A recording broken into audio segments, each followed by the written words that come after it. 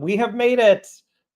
We have made it to the end of another The Ed Collab gathering. Thank you for joining this town hall session. We'll begin. I have some thanks to give. Then I will help to frame the conversations that we will have at the end of the day. And then we'll break into, for those of you that have registered, you're in the Zoom right now. Hi, Zoom. You'll be able to choose breakout rooms to have some closing conversations to end our day together. If you missed the registration point, then just keep it in mind for the spring gathering. We'd love to have you join us there as well, too. So as promised, first, some great big thanks. First, thank you to all the help behind the scenes. Jessica Walsh and Abby Gillis, once again, are tech team leads for this 2025 fall gathering. This is our 24th gathering. Jessica has been a co-leader and leader of the tech team from the very beginning, in addition to being a full-time educator. Abby is also an education leader as well, too. And thank you both for helping to make this day possible. And thanks to the Ed Collab family who also volunteered their time today. Markeisha, Rosa, Jody, Janet, and Delphia, who did all kinds of behind the scenes work, including helping to support YouTube, helping to make the streams happen. Please join me in thanking all the members of the tech team. Today would not happen without them. Thank you, thank you, thank you. Also, huge thank you to our presenters today.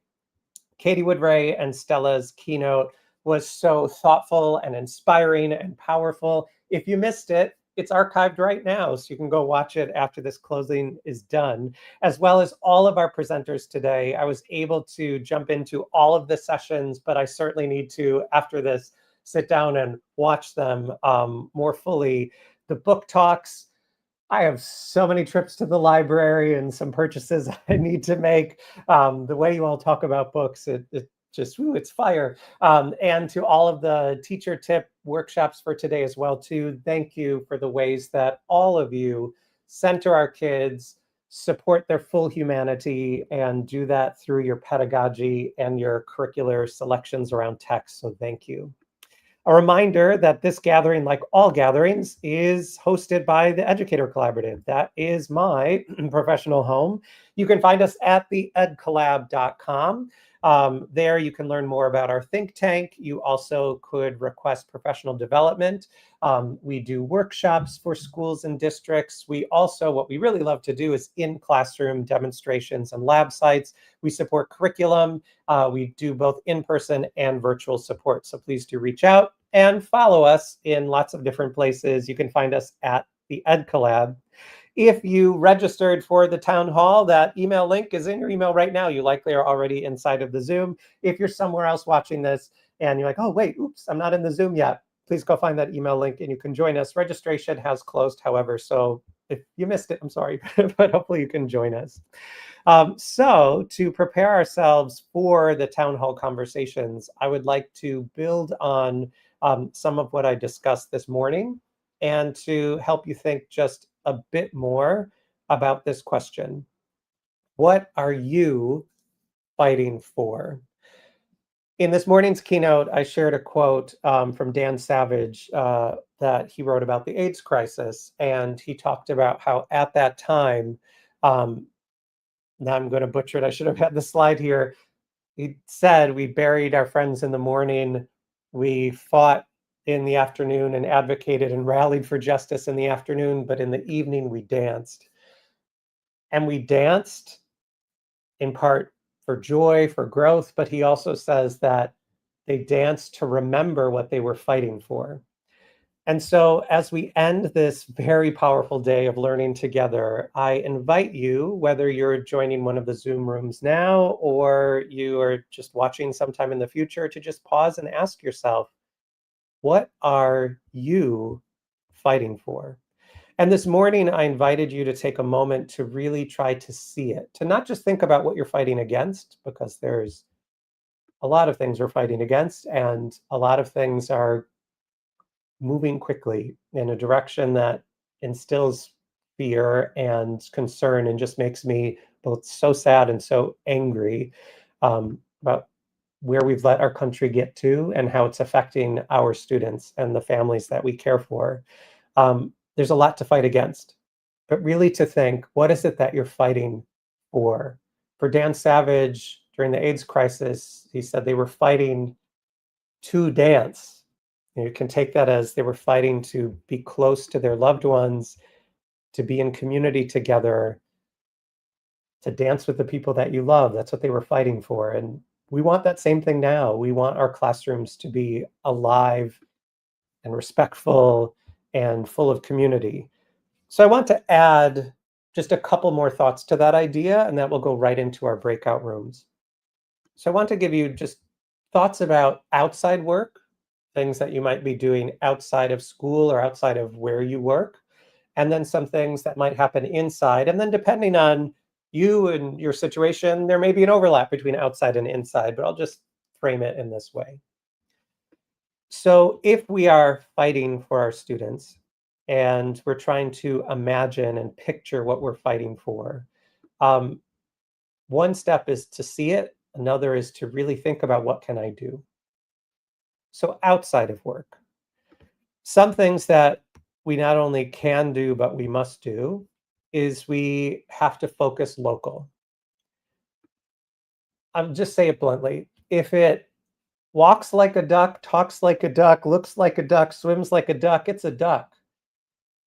And because I read and I am a student of history, what's happening in our country's federal government right now is a repetition of some things that have happened in the past. Or when Kathleen said, I don't know if she said it in her session just now or book talk, or if we just said it privately, she quoted someone else and said, history may or may not repeat, but it rhymes. And I loved that. We're at a time where if it walks like a duck, sounds like a duck, if it feels like a McCarthy era or feels like authoritarianism, that's because that's exactly what's happening. When the military is being used against US citizens, when the media and its centers are being silenced by the power of the federal government, when groups like transgender people and transgender youth and immigrants are being targeted in a violent distraction to take away from the power grab that's happening, that's dangerous. And so there's a way in an environment like this, we can feel overwhelmed by how big it feels.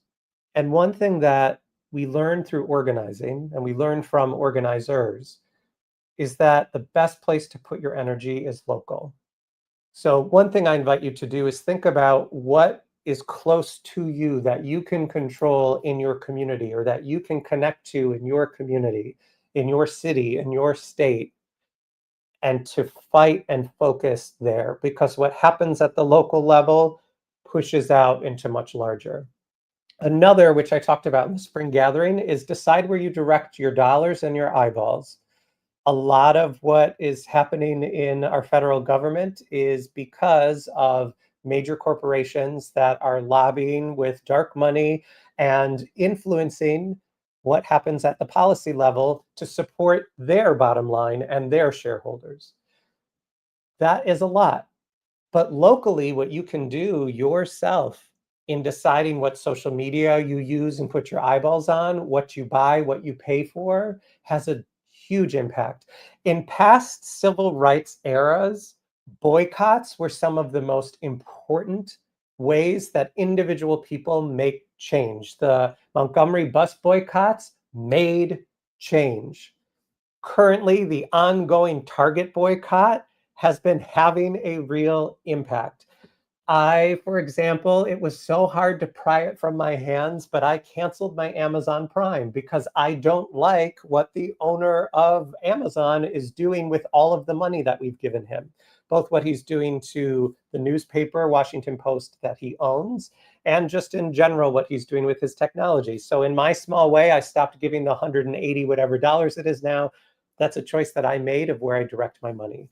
The next one, when you think locally, is annoy your reps constantly, even if you don't think they're listening to you. I live in New York State. Both of my senators, Kirsten Gillibrand and Chuck Schumer, I think are doing a terrible job personally, but I bother them about it all the time. And whether they listen to me directly or not, I constantly bother them. What tip I'll give you is to use ResistBot. You can find it on social media or online. ResistBot allows you to, through a simple text message setup, that you can set up Where you live, it can find your representatives for you, and you can text what turns into an email, fax, or snail mail to them.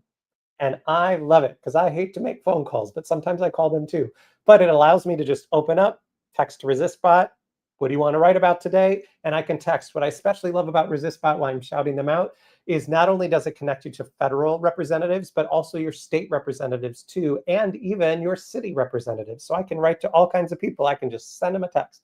And then lastly, of course, advocate in all of the spaces that you can speak up, um, both for yourself, for your community, but around others too. Then also think about inside. If we are trying to dream and imagine the future that we want, inside, especially in our classrooms, I I wanted to say challenge us, but if you're here today and you've heard our speakers today, it's the work you're already engaged in. So I guess I'd say reaffirm that one thing that I think is so essential that we do in our schools and in our classrooms is that we be a vision. When Dan Savage talked about dancing in the midst of a horrific crisis where thousands of people, of loved ones, were dying from a then mysterious illness, AIDS, when he talked about dancing, he brought it up as vision setting, as both a way to reclaim joy and energy to keep fighting for another day, but really to know why we're doing this.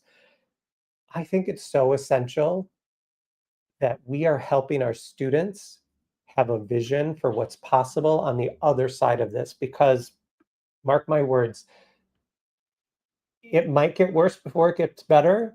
That's often how these things go. There's a lot more things that will surprise us. But there will be another side. There will be a day where this is in the past from us, and there will be a day where we are rebuilding, and now is the time to make sure we're showing what that looks like. So in your classroom, be a vision for your students. If you're a leader, be a vision for the other adults around you. Number one, be a vision of an adult.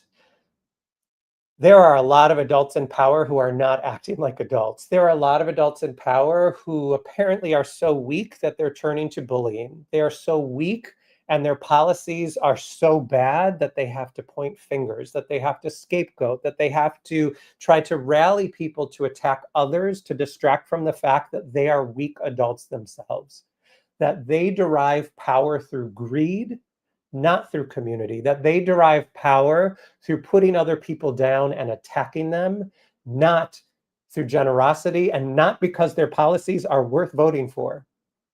People who are using fear to create power are not adults. They are not even, I don't want to disparage children. They are just cruel. So one thing that we can do in our classrooms is be a vision for what a real adult can be, someone who has empathy, someone who builds community, someone who listens, someone who builds bridges, someone who fights. We can be that.